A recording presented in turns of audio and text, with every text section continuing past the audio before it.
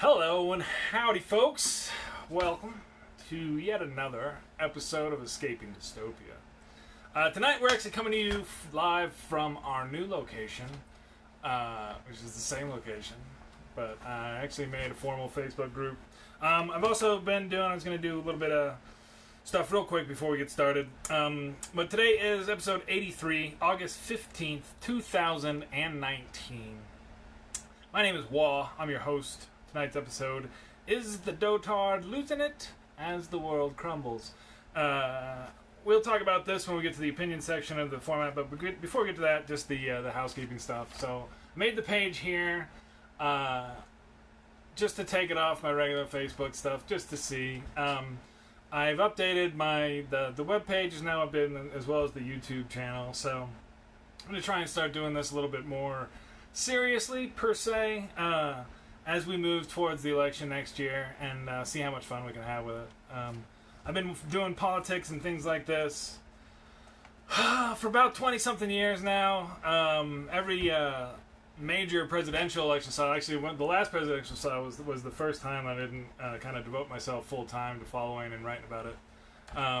Always from an independently financed standpoint, shall we say. But anyway, I've been doing this stuff a long time and talking about this stuff, so I'm going to start doing the show a little bit different, and then hopefully doing a little bit more edited clips, which I'll share through the webpage and maybe through my other ones. So put a little bit more work into it, and we'll see what happens. So anyway, let's get started. Episode 83. And I'll just cover this maybe till we get to about 100, and then I'll stop saying it. But the way I'm going to try and do it, and making this a little bit more formal here on the new page, my first time through, basically I'm going to cover some of the stuff that I thought that was the biggest news from over the last week, and this is actually, need to start covering that, how long this is since my last show, and it's been about 8 days actually. So got 8 days worth of stuff. A lot of stuff happened this last week, although that's an opinion, so we'll save that for later. But the way I'm going to try and do is, first time I run through, I'm just going to try and stick to just verifiable, just facts, try and avoid all the opinion stuff. We'll cut this together later for, the quick news segment and see how that works, and then later I'll come back through and talk about stuff again. That'll be a little bit more fun, a little bit more of the comment, question and answer periods of the show. So if you're interested, feel free to drop in. Sorry, I just remembered something to talk about.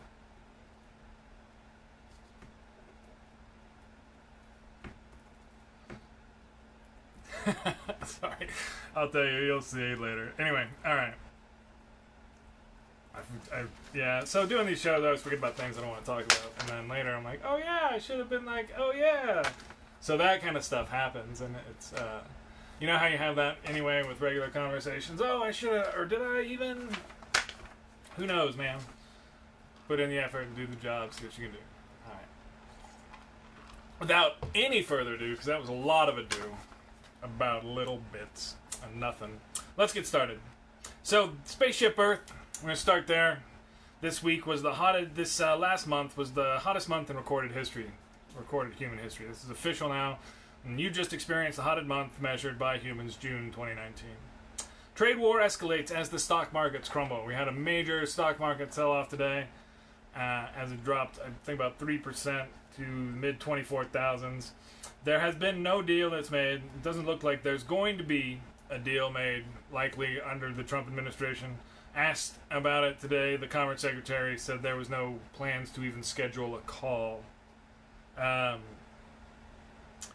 The tariffs that were threatened have been delayed officially until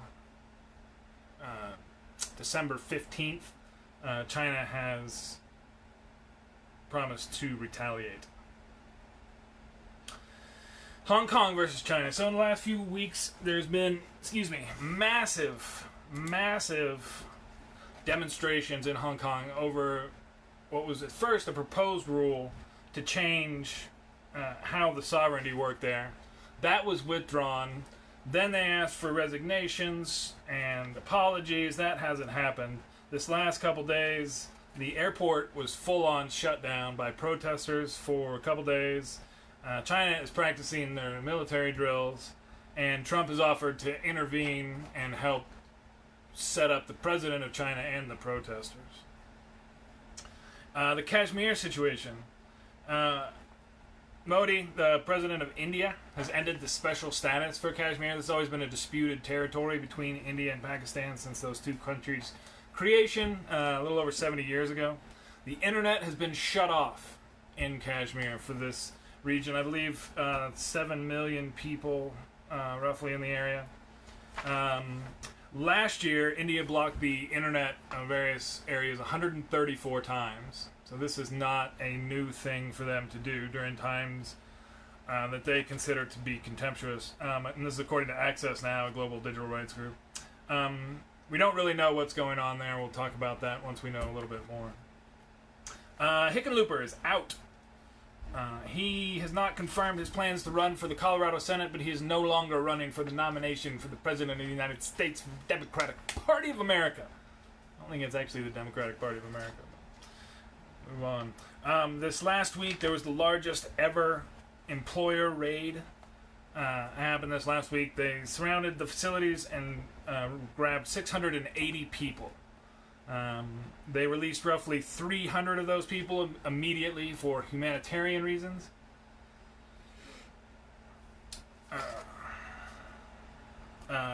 Also, this last week, Epstein was found dead in his jail cell of an apparent suicide. He wasn't on suicide watch. This is confirmed. The guards on duty were on overtime, and one of them wasn't even a guard. I believe it was somebody who'd been conscripted to be a guard. The warden has now been reassigned for that jail. The autopsy is ongoing. I believe his body has been claimed by an associate at this point. The president retweeted a conspiracy theory about this, linking the death to former President Clinton. He later claimed this was done by a respected conservative journalist. Moving on to the face of domestic terrorism. The FBI arrested an 18-year-old from Ohio for making online threats this week, including against the federal government and Planned Parenthood, which has been the previous victim of a mass shooting attack. They found a large cache of weapons in Ohio, 15 rifles, 10 semi-automatic pistols, and around 10,000 rounds of ammunition. The boy was an 18-year-old white male. Russian missile test fail. The missile blew up. There's 5 dead so far, according to Russian media. It's been a little slow on the information coming out of there. The president tweeted about it being a Skyfall type of weapon. In this sense, it is a nuclear-powered nuclear weapon. This is one of the ideas that was created to defeat being shot down, because then you shot down nuclear missiles. Congratulations. That is itself nuclear. And that does it real quick for the news, so we'll cut that back together later. The last thing I do want to talk about, now we're going to have some fun with it, but I do want to do that kind of stuff so I do want to see if I can cut together something that looks kind of semi-pseudo-professional, and I'll work on it as we review the tape now, because I think this is actually going to work okay. I think I've got a method to the madness. Trump's mental state. George Conway, the wife of Kellyanne, Valaya Conway, was tweeting again today about Trump's mental state. So apparently he's getting way worse in private.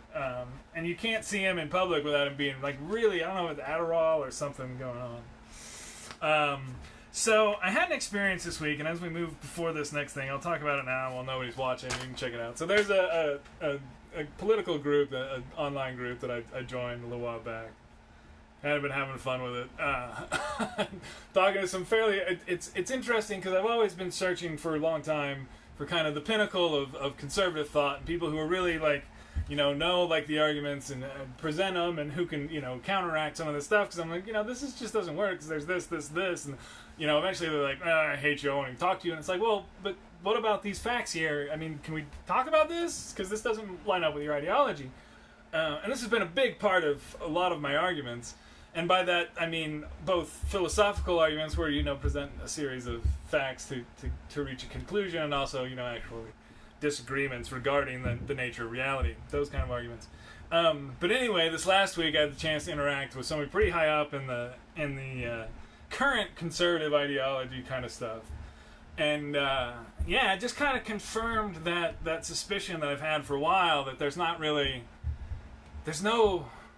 there, right? Like all these years that I was reading all these books, learning all this stuff, and coming up with all these ideas, and there was never any need to go that far. Just had to come up with some bullshit and then sell it over and over and over. Anyway, and it's more about that, like being able to just look the other way and sell it. So going back up to the top, the last month, June, and I probably should do the real news like this in the more serious tone, was the hottest month ever recorded by humans. Last month, cumulatively, around the world. This is real. It's happening. We know why. We know how. We haven't decided what we're going to do about it. Very, very important that the next person who's elected president of the United States understands this and has some sort of rational plan, shall we say, to help lead the world and make some good progress. Not that we're going to be able to stop these hottest years and hottest months. We're probably going to see a number of those regardless of what we do for a little while. There's inertia built into this system. How much, we don't know exactly, because again, we don't have a lot of Earths to experiment with. Very important. This one right. This is our Spaceship Earth. This is the top #1 story every week, or every time I do the show. I think I've decided that. It's why. Love you all, but come on! Alright, so, trade war escalates with China. So let's talk about this. So there's no deal. There's not going to be a deal. Because China is like, what the fuck would we make a deal with this guy for? How can you make a deal with him when the second you do it, and he agrees to whatever you want, and then you turn around, and everybody else who's important is like, well, I can't do that, or I'm not gonna. And then he says, well, I didn't say that. This is why, again, his own lawyers, earlier in his career, they always had to have 2 of them in the room with them. Because if there was only one, it becomes, I said this, oh, you totally agreed, you guys said what you do is pro bono. Didn't you say? I thought I could have heard, we were talking about bono, and then you were like, oh, pro bono. Guy's just a snake. So, doesn't look like he's going to get a deal. That's why I'm saying, they're looking, they're going to try and make a deal with the next person. Yeah, because you can't. You don't even know how to even really do this stuff. And this whole strong-arming China, at this point in their history, when they're going around to the world and being like, hey, by the way, we're here, we're, China now. We got tons of money and all the resources, and we build most of the world's stuff. Would you like to work with us? Here's a ton of money and a ton of stuff. And that's what they've been doing, this Belt and Road, and it's what the TPP was built to be a bulwark against. So we'll see how this next, as the world economy kind of crumbles a little bit. So the tariffs were delayed until the 15th, December 15th, because somebody, could have been just him watching Fox, convinced Trump that, oh yeah, if we do this now, because the next round of tariffs is going to hit all the consumer items, all electronics, basically everything else that hasn't been tariffed yet.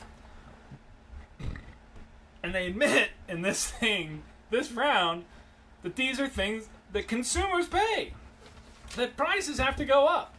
And so then they push off the tariffs and are celebrating themselves for doing so. It is remarkable, just to do that kind of, oh yeah, well I didn't decide to blow up your business, so you're welcome. Thanks for not destroying Christmas. I don't get the thanks. If Obama had saved Christmas. It's just so silly.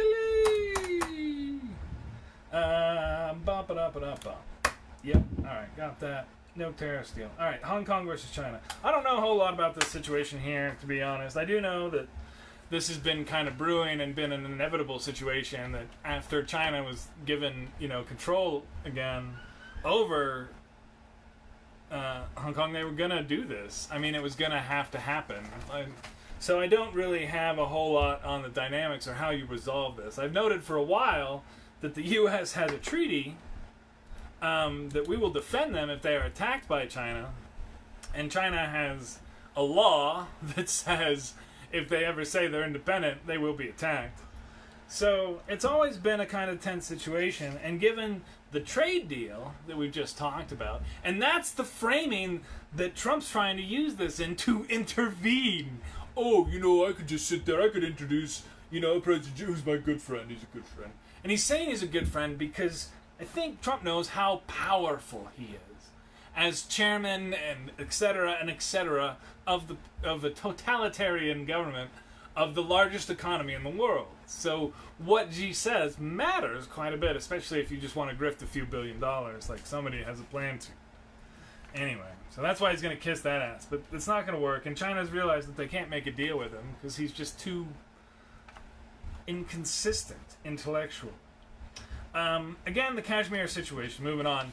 These are all really big things, nuclear countries that are having these kind of, and again, with North Korea also, you have a nuclear-powered state. So, and we'll talk about another nuclear-powered accident a little bit later. So again, the name of the show is Escaping Dystopia, Avoiding the American Apocalypse. Nuclear stuff matters. Anyway, so this isn't really my specialty as far as Kashmir goes. I know that Modi's been pushing like this really hardcore Hindu nationalism that the Hindus love, that like it, and I haven't seen many alarms coming up yet. I need to read a little bit more about it and hopefully have some more information when that shows up. But right now in Kashmir, like I've got a quote on here, there is no life without internet, even in Kashmir.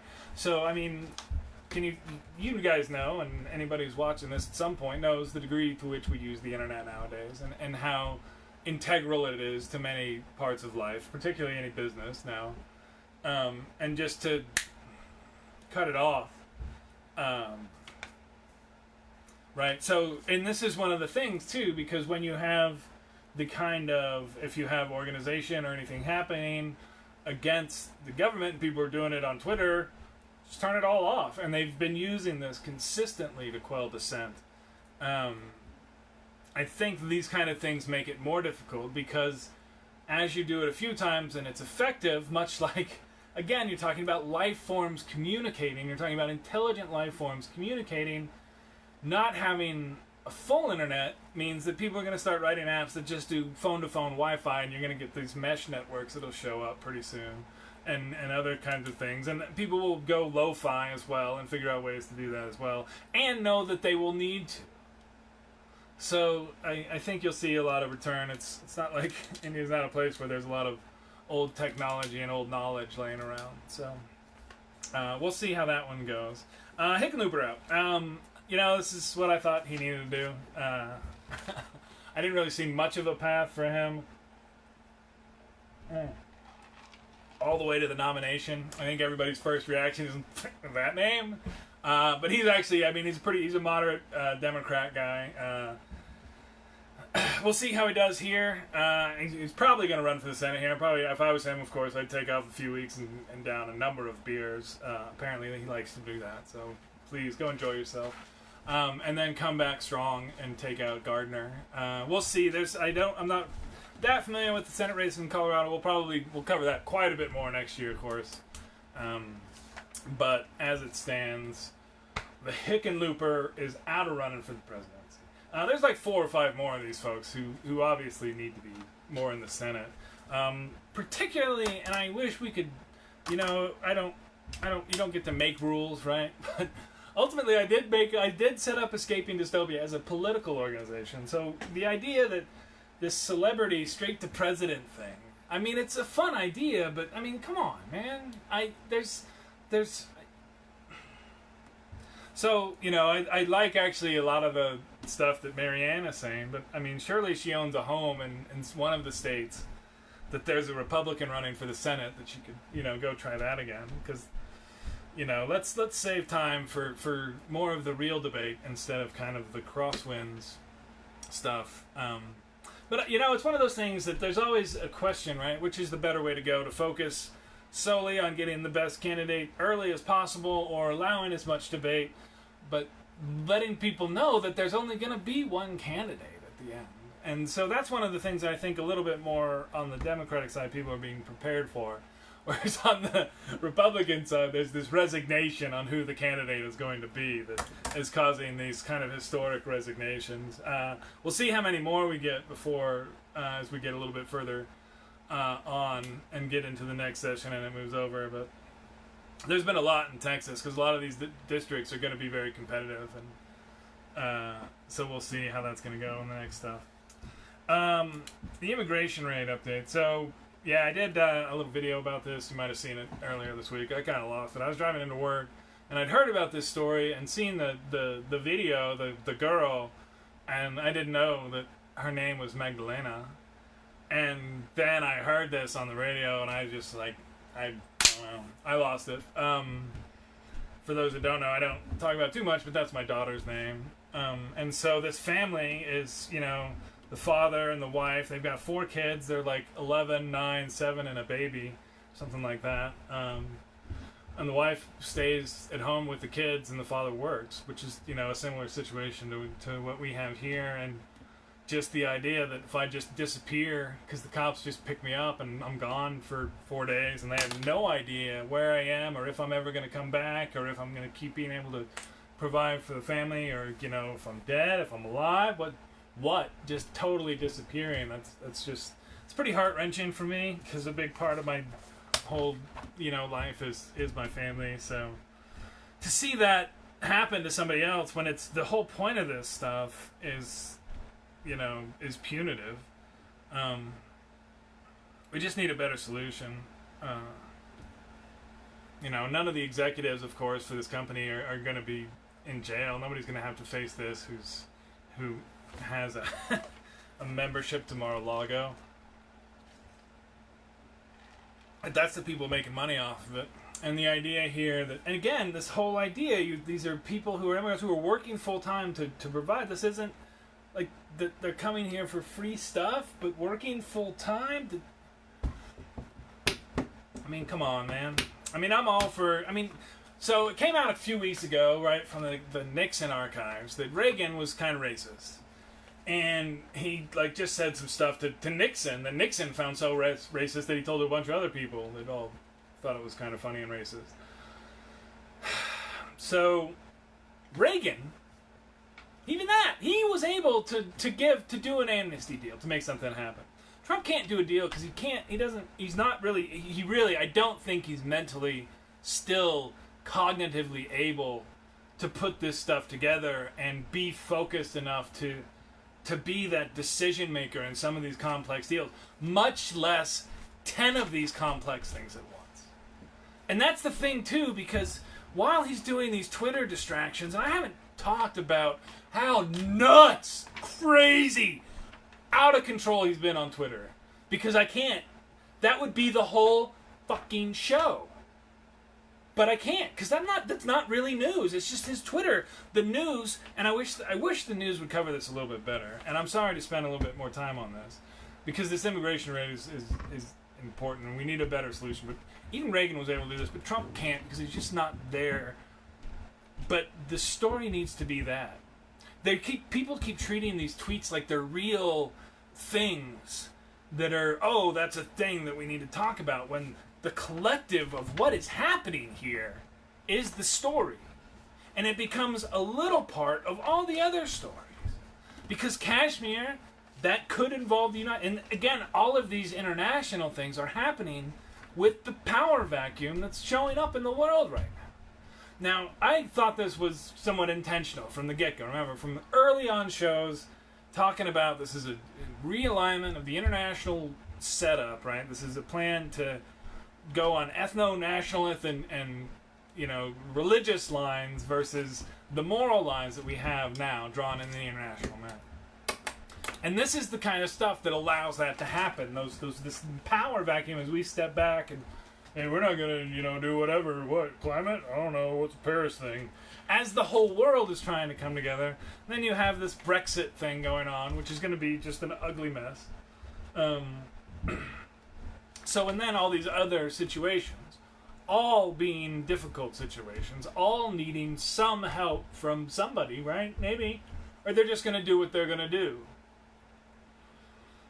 And that had long been the role of the United States, to provide stability. That's what the benefit that we get from our stuff is. And now we're trying to accuse China of manipulating our currency with their currency with one tweet, and then trying to bully the Fed into manipulating our currency with the next tweet. And it's, it doesn't really work.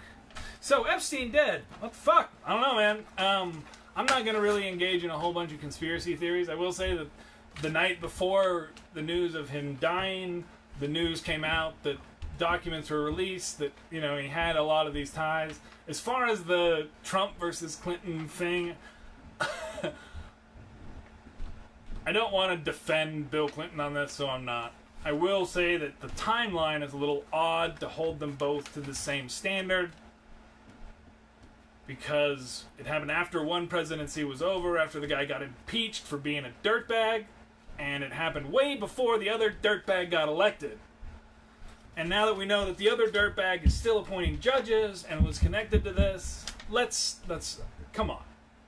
This is horrible about what's happened. So I'll throw on my own little 2 cents on my conspiracy theory on this, because this did come up in one of the stories that was talking about Acosta, or why he had to resign after letting this whole deal go through. And that was, it was 2 words that he was told, or he said he was told: intelligence agent. The conspiracy theory there being, well, we've got this guy who has this supply of young women that he's been raping, and that we can bring in foreign dignitaries and important other people, have them do that, get the evidence. He's got cameras everywhere. They got tons of evidence. So who knows what's going to come from this now?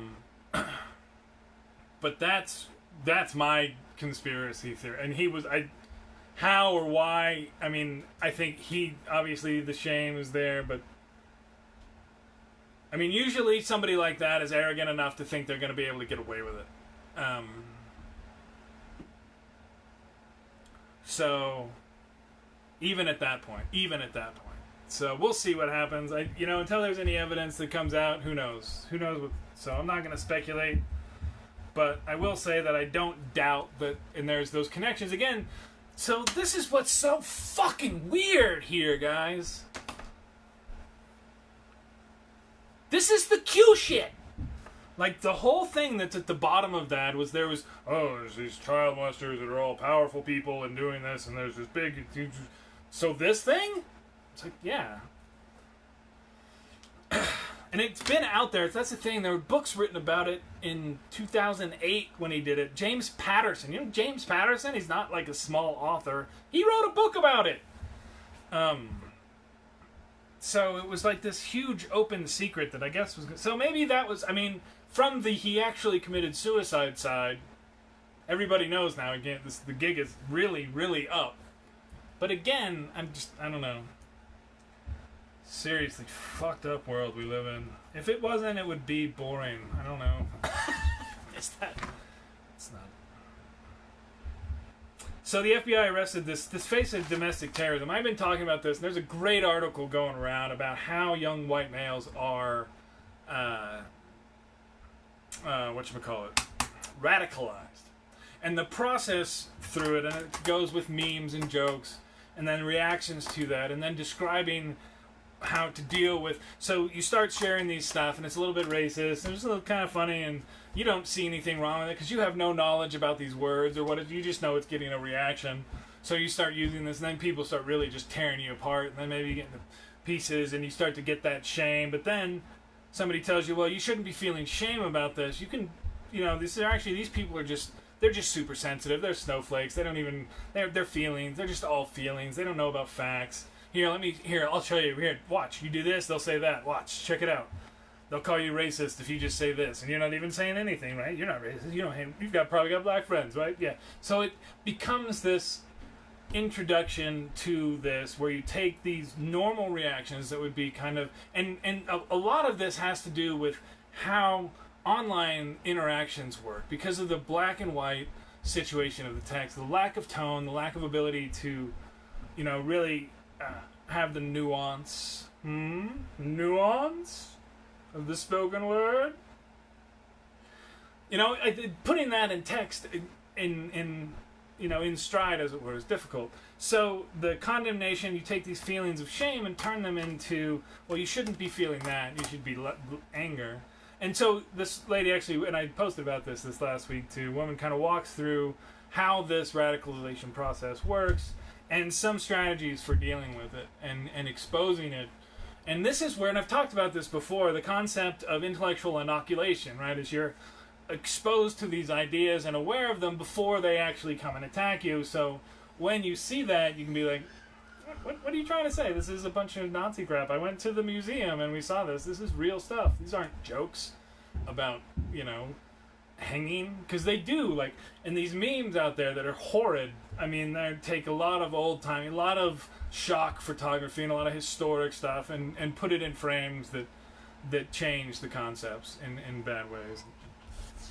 Push to the radicalization. They're screaming upstairs. I think everything's okay. So the Russian missile test failed. Oh, yay. Yeah, so that's that. There was another guy in Wyoming this last week who punched a kid and gave him a fractured skull. I guess sent him to the hospital because the kid didn't take off his hat. The guy was like, take off your hat. The kid was like, fuck you. So the guy smashed him. And then the guy's defense, the guy who smashed the kid's defense, the guy had some brain damage from a previous head injury, and he felt that Trump had been, okay, and that this was okay and nothing wrong with it, because this is the world we're seeing now. It's been predicted. Talk like that, you got to expect it. The same with the El Paso shooting, and this has faded a little bit too quickly for my taste, and I'll probably talk about this a little bit more next week and some more, but the thing that changed about that shooting was the targeted nature of it, that this guy drove across the state of Texas to go after, specifically, in his mind, Mexicans. Anybody in fucking Texas can tell you there's Mexicans fucking everywhere, and it's not like you have to go somewhere to find a bunch of Mexicans. So the idea that he went to El Paso as a targeted place, how can you not connect this to the president going to El Paso and saying that this is ground zero for the invasion? You can't miss that. So moving quickly on to the rest of the world in this, we gave up the the Intermediate Nuclear Treaty, Intermediate Nuclear Forces Treaty, because we felt that Russia was violating it, and rather than prove and shame them on the international stage, we decided to scrap the treaty. And so then this is when we have the Skyfall accident the next few days, and then the president tweets about how we got better shit, but who knows at this point, right? His credibility is insubstantial across a number of things, except when he's obviously lying, I guess, at this point. That's about all I got for tonight, folks. I like this format a little bit more because it lets me try and be a little challenge on that first part and then really kind of cut loose on the next, so with a little bit of context. So thanks, Case, Tisa, dropping by. I appreciate it for the inaugural on this new thing. We need to go get drinks, both of you people. So whenever we're in the same area, actually one of you I know lives here. So yeah, Tisa, we need to go get some drinks at some point. And Case, if you ever drop by Colorado, give me a yell. But thanks for coming by, folks. I'm gonna head out. Peace out. Have a good week. It's a crazy week. We'll see what happens next time. I'll probably do a show next couple weeks. But I'm gonna try and do a little bit of cutting and promoting on this one. So we'll see how that works, right? What the fuck, yo. Peace out. See y'all next time. Have a good one.